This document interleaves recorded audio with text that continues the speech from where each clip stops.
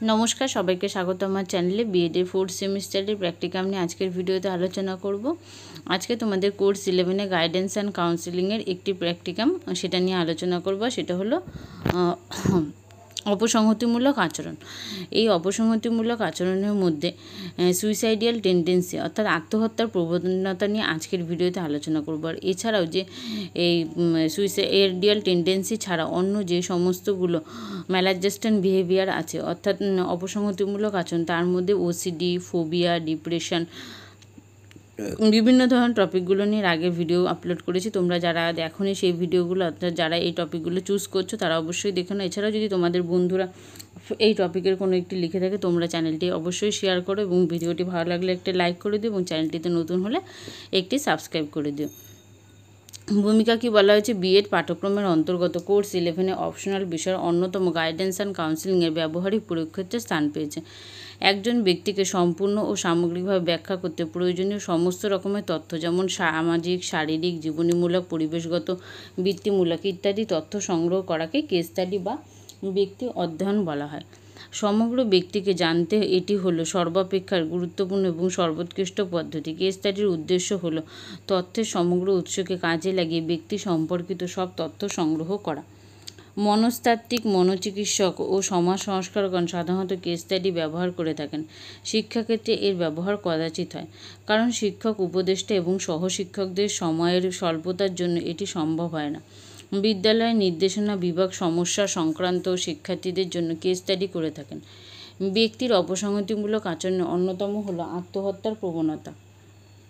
Case study কেন করা হয়? একটি উত্তম কেস স্টাডি পরামর্শদাতাকে নিম্নোক্তভাবে সাহায্য করতে পারে। 1 নম্বর, শিক্ষার্থীর প্রবণতা, আগ্রহ, অভ্যন্তরীণ চাহিদা সম্পর্কেও তথ্য পাওয়া যায়। 2 নম্বর বলা হয়েছে শিক্ষার্থীর পিতামাতা, ভাই বোন এবং অন্যান্য নিকট সম্পর্কীয় আত্মীয় স্বজন, বন্ধুবান্ধবের সঙ্গে সম্পর্কের চিত্র কেস স্টাডি থেকে পাওয়া যায়।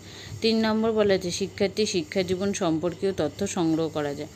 4 নম্বর, শিক্ষার্থীর আচরণগত ত্রুটি, বদভ্যাস এবং অন্যান্য বিভিন্ন সমস্যা সম্পর্কে অবহিত হওয়া যায়।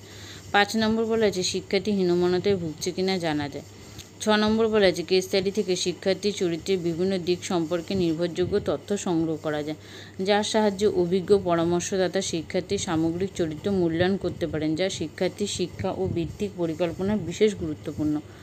এর পরবর্তী পয়েন্ট হলো কেস স্টাডির বৈশিষ্ট্য।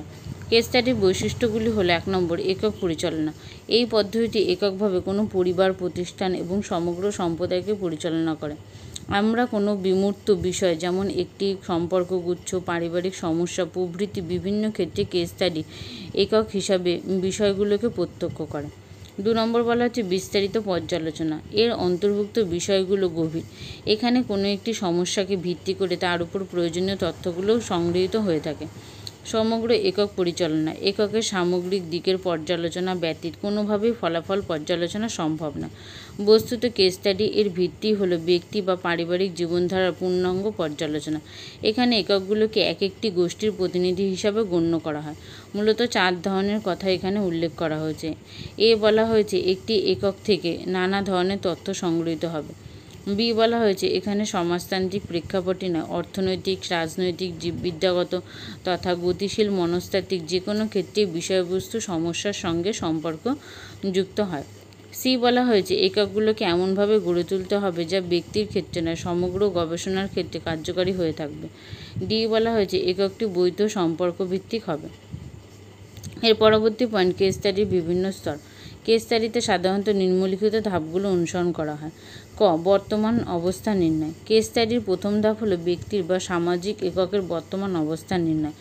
এই স্তরে ব্যক্তি সম্পর্কে তার বিভিন্ন মানসিক ক্ষমতা, আগ্রহ ইত্যাদি সংক্রান্ত তথ্য সংগ্রহের জন্য বিভিন্ন ধরনের আদর্শায়িত অভিক্ষা ব্যবহার করা হয়।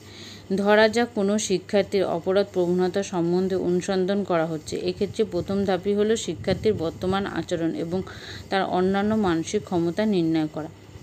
তারপরে খ বলা হয়েছে প্রাককল্প গঠন। এই স্তরে ব্যক্তি বা সামাজিক প্রতিষ্ঠান বা এককের অতীত সম্বন্ধে অনুসন্ধান করা হয়। অ্যানেকডেটলি রেকর্ড থেকে ব্যক্তির অতীতের আচরণ সম্বন্ধে অনেক তথ্য পাওয়া যায়, যেখান থেকে বর্তমান আচরণের কারণ সম্বন্ধে একটা অনুমান গঠন করা যেতে পারে।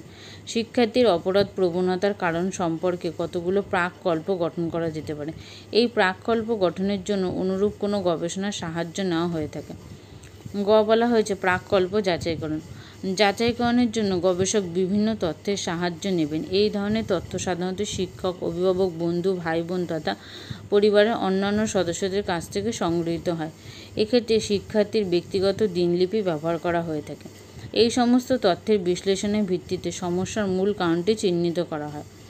ঘ বলা হয়েছে প্রতিকারমূলক ব্যবস্থা গ্রহণ। মূল কারণটি চিহ্নিত করার পর ব্যক্তিকে বিভিন্ন পরামর্শ দেওয়া হয়। বলা হয়েছে অনুসরণ। এটি কেস স্টাডির সর্বশেষ স্তর। এই স্তরে ব্যক্তির উপর পরিচালিত চিকিৎসা পদ্ধতির কার্যকারিতা বিচার করা হয়। যদি দেখা যায় যে শিক্ষার্থীর অপরাধপ্রবণ আচরণগুলোর মাত্রা কমেছে, তাহলে বুঝতে হবে যে চিকিৎসা পদ্ধতি সঠিক এবং ধারাবাহিকভাবে অনুসরণ করা যেতে পারে। কেস স্টাডির সুবিধা। আলোচ্য পদ্ধতির সুবিধাগুলি হলো: ক বলা হয়েছে কেস স্টাডিতে গভীরভাবে অনুসন্ধান করা হয় বলে ব্যক্তিকে সামগ্রিকভাবে বিচার করা সম্ভব হয়। খ বলা হয়েছে কেস স্টাডিতে যেহেতু সকল তথ্যের নিরিখে বিচার সম্পূর্ণ, তাই প্রকৃত সমস্যা চিহ্নিত করা সহজ হয়। গ বলা হয়েছে কেস স্টাডির কৌশল গবেষককে মানব আচরণ সম্পর্কে অন্তর্দৃষ্টি প্রদান করে, যা তাকে হাইপোথিসিস গঠনে সাহায্য করে। আত্মহত্যার প্রবণতা হলো এক ধরনের মানসিক রোগ। মৃত্যুকে ব্যক্তি যখন নিজেই নিয়ন্ত্রণ করে তাকে বলা হয় আত্মহত্যা। আত্মহত্যার প্রবণতা ইতিহাসের মতোই প্রাচীন। মানুষের জীবনে চালিকা শক্তির দুটো দিক আছে। একটি হলো গঠনমূলক দিক বা ভালো দিক, আর একটি হলো ধ্বংসাত্মক বা খারাপ দিক। এই দুই সামঞ্জস্য বিধানের মধ্য দিয়ে মানুষের জীবন চলে। যখন কোনো মানুষের জীবনে সব ভালো লাগাগুলো নষ্ট হয়ে যায় এবং ব্যক্তি অভিযোজন করতে যদি অক্ষম হয় এবং নির্দিষ্ট লক্ষ্যে পৌঁছাতে ব্যর্থ হন, তাহলে ব্যক্তির মধ্যে হতাশা সৃষ্টি হয়, আর তখনই আত্মহত্যার চিন্তা তাকে গ্রাস করে। তবে এই আত্মহত্যার প্রবণতার ঘটনাটি সম্পূর্ণরূপে ব্যক্তিগত। আত্মহত্যার কারণ সব ব্যক্তির ক্ষেত্রে সমান নয়, এটা ব্যক্তিত্বের উপর নির্ভর করে। আত্মহত্যার মধ্য দিয়ে ব্যক্তির নেতিবাচক মনোভাব সৃষ্টি হয়। আত্মহত্যার প্রবণতার কারণগুলি হলো: প্রথমত, যেসব ব্যক্তি বিষণ্ণতায় আক্রান্ত তাদের মধ্যে আত্মহত্যার প্রবণতা লক্ষ্য করা যায়। দ্বিতীয়ত বলা হয়েছে ব্যক্তি যখন নিজেকে অসহায় মনে করে এবং হতাশায় ভোগে, তখন তার মধ্যে আত্মহত্যার প্রবণতা দেখা যায়। সে নিজেকে বাস্তবতা থেকে দূরে সরিয়ে রাখে। তৃতীয়ত বলা হয়েছে যে সমস্ত ব্যক্তি মানসিক দিক দিয়ে দুর্বল, সেই সব ব্যক্তি অল্প কারণে আত্মহত্যা করার কথা চিন্তা করে। চতুর্থত বলা হয়েছে ব্যক্তির নিজ শক্তির প্রতি অবিশ্বাস বা সংগ্রাম করার মানসিক স্থিরতার অভাবের জন্য আত্মহত্যার প্রবণতা দেখা যায়। পঞ্চমত বলা হয়েছে ব্যক্তি যদি তার নিজ লক্ষ্যে পৌঁছাতে না পারে এবং ব্যক্তি যদি সঠিকভাবে সঙ্গতি বিধান করতে না পারে, তাহলে তার মধ্যে আত্মহত্যার প্রবণতা দেখা যায়। ষষ্ঠত বলা হয়েছে ব্যক্তি কোনো মারাত্মক ব্যাধিতে আক্রান্ত হলে এবং ব্যাধি যন্ত্রণাদায়ক হলে ব্যক্তির মধ্যে আত্মহত্যার প্রবণতা দেখা যায়। সপ্তমত বলা হয়েছে ব্যক্তির আত্মমর্যাদায় আঘাত লাগলে ব্যক্তির মধ্যে আত্মহত্যার প্রবণতা দেখা যায়। অষ্টমত বলা হয়েছে ব্যক্তি মানসিক যন্ত্রণা থেকে মুক্ত হওয়ার জন্য আত্মহত্যার প্রবণতার পথ বেছে নেয়। নবমত বলা হয়েছে কোনো তীব্র পাপবোধ ব্যক্তির মধ্যে আত্মহত্যার প্রবণতা সৃষ্টি করে। দশমত বলা হয়েছে পরীক্ষায় ব্যর্থ হওয়ার জন্য অনেকে এই পথ বেছে নেয়। একাদশতম বলা হয়েছে চরম একাকিত্বের জন্য এই ঘটনা ঘটতে পারে। দ্বাদশতম বলা হয়েছে আর্থিক দৈন্যতা, চাকরিহীনতা ইত্যাদির কারণে পুরুষদের মধ্যে আত্মহত্যার প্রবণতা বেশি থাকে। ত্রয়োদশতম বলা হয়েছে পরিবারের স্নেহ ভালোবাসার অভাবের জন্য আত্মহত্যার প্রবণতা দেখা যেতে পারে। আত্মহত্যার প্রতিরোধ, পরবর্তী পয়েন্ট যেটা আছে আত্মহত্যার প্রতিরোধ। আত্মহত্যা একটি তাৎক্ষণিক ঘটনা, তাই এখানে চিকিৎসা করার মতো সুযোগ থাকে না। আত্মহত্যার প্রতিরোধের জন্য নিম্নলিখিত ব্যবস্থাগুলো নেওয়া যেতে পারে, যথা: প্রথমত বলা হয়েছে প্রয়োজন মতো পরামর্শদান নিয়মিত থাকবে এবং ব্যক্তিকে বলতে হবে যে সকল সমস্যারই সমাধান আছে। দ্বিতীয়ত, কোনো ব্যক্তির আত্মহত্যা করার চেষ্টাকে উপেক্ষা করা চলবে না। তৃতীয়ত বলা আছে আত্মহত্যা প্রতিরোধের জন্য পরিবারের ভূমিকা খুবই গুরুত্বপূর্ণ। পরিবারে বাবা, মা এবং বাড়ির অন্যান্যদের এই বিষয়ে সতর্ক থাকতে হবে। ব্যক্তি যেন নিরাপত্তার অভাব বোধ না করে, সেই জন্য তাদের ভালোবাসা দিতে হবে। চতুর্থত বলা হয়েছে আত্মহত্যার প্রবণতা কোনো মারাত্মক ব্যাধির কারণে হলে তাকে উপযুক্ত চিকিৎসকের কাছে চিকিৎসা করাতে হবে। পঞ্চমত বলা হয়েছে আত্মহত্যার প্রবণতা প্রতিরোধের জন্য বন্ধু বান্ধবের সহানুভূতি একান্ত প্রয়োজন। ষষ্ঠত বলা হয়েছে নানা রকমের আলোচনার মধ্য দিয়ে ব্যক্তির বিচার শক্তিকে উদ্দীপিত করতে হবে। সপ্তমত বলা হয়েছে ব্যক্তি যাতে একা না থাকে সেদিকে সকলকে লক্ষ্য রাখতে হবে। অষ্টমত বলা হয়েছে ব্যক্তির আত্মমর্যাদায় আঘাত লাগলে তা কীভাবে সমাধান করা যায় সেই বিষয়ে আলোচনা করতে হবে। নবমত বলা হয়েছে আত্মহত্যা যেভাবেই হোক সবসময় তা গুরুত্ব দিতে হবে। দশমত বলা হয়েছে ব্যক্তির সমস্যা কী এই নিয়ে সামনাসামনি তার সাথে আলোচনা করলে আত্মহত্যার প্রবণতা হ্রাস পাবে। একাদশতম বলা হয়েছে ব্যক্তির শারীরিক সুস্থতা ও মানসিক সুস্থতার দিকে লক্ষ্য রাখতে হবে। দ্বাদশতম বলা হয়েছে আত্মবিশ্বাস জাগিয়ে তুলতে হবে। আত্মহত্যার প্রবণতা একটি দুর্ভাগ্যজনক ঘটনা। অল্প বয়সী ছেলেমেয়েদের মধ্যে যারা একটু বেশি আবেগপ্রবণ তাদের মধ্যে এই প্রবণতা লক্ষ্য করা যায়। তাই তাদের না পাওয়ার যে বেদনা তা বোঝার চেষ্টা করতে হয়। পিতামাতা, শিক্ষক শিক্ষিকা ও অন্যান্যদের এই বিষয়ে সতর্ক থাকতে হবে। ব্যক্তির কাছে বিভিন্ন ধরনের ইতিবাচক চিন্তাভাবনা নিয়ে আলোচনা করতে হবে। জীবনের খারাপ দিকগুলোকে দূরে সরিয়ে রেখে ভালো দিকগুলো জাগিয়ে তুলতে পারলে ব্যক্তিকে জীবন থেকে পালিয়ে যাওয়া রুখতে পারে।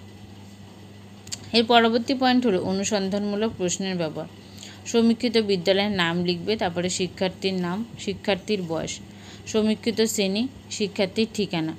এবার সাক্ষাৎকারের প্রশ্নাবলীসমূহ কি হ্যাঁ না এবং নিরপেক্ষভাবে উত্তর দিতে হবে। তুমি কি চোখের সামনে কাউকে শেষ হতে দেখেছো? এবার সেক্ষেত্রে উত্তর দিচ্ছে হ্যাঁ।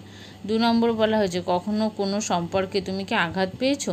সেক্ষেত্রে সে চুপ করে আছে, অর্থাৎ নিরপেক্ষভাবে আছে। 3 নম্বর তোমার পিতামাতা কি তোমার যত্ন খেয়াল রাখেন? সেক্ষেত্রে বলা হচ্ছে যে হ্যাঁ রাখেন। এর পরবর্তী পয়েন্ট হলো সমীক্ষক পরিচিতি। সমীক্ষকের নাম লিখবে, সমীক্ষকের বয়স, সমীক্ষকের ঠিকানা। সমীক্ষকের সমীক্ষার প্রমাণ, অর্থাৎ সমীক্ষিত বিদ্যালয়ের ধারণা সেটা উচ্চ প্রাথমিক, মাধ্যমিক নাকি উচ্চ মাধ্যমিক। 2 নম্বর সমীক্ষিত বিদ্যালয়ের প্রধান শিক্ষক বা শিক্ষিকার নাম। 3 নম্বর বলা হয়েছে সমীক্ষিত বিদ্যালয়ের শিক্ষক বা শিক্ষিকার স্বাক্ষর ও তারিখ। এবং লাস্ট পয়েন্ট হচ্ছে উপসংহার। উপসংহারে বলা হয়েছে বিদ্যালয় তথা সমাজ থেকে অপসংগতিমূলক আচরণ একেবারেই মুছে ফেলা সম্ভব না, তবু আমাদের চেষ্টা করে যেতে হবে যাতে শিক্ষার্থীদের মধ্যে অপসংগতিমূলক আচরণ কিছুটা হলেও কমবে। তবে জীবনের যে কোনো সমস্যা যতই দুর্বিষহ হোক না কেন, পরিবার এবং পারিপার্শ্বিক সমাজের সহযোগিতা, ভালোবাসা ও সহমর্মিতা থাকলে সেই সমস্যা থেকে মুক্তি পাওয়া সম্ভব হবে। এই পর্যন্তই ছিল সম্পূর্ণ প্র্যাকটিকামটি। ভিডিওটি ভালো লাগলে অবশ্যই একটা লাইক করে দিও এবং পরবর্তী আরও প্র্যাকটিকাম নিয়ে এক এক করে আলোচনা করব তোমাদের সাথে। চ্যানেলটিতে নতুন হলে একটা সাবস্ক্রাইব করে দিও। এখানে ভিডিওটি শেষ করছি।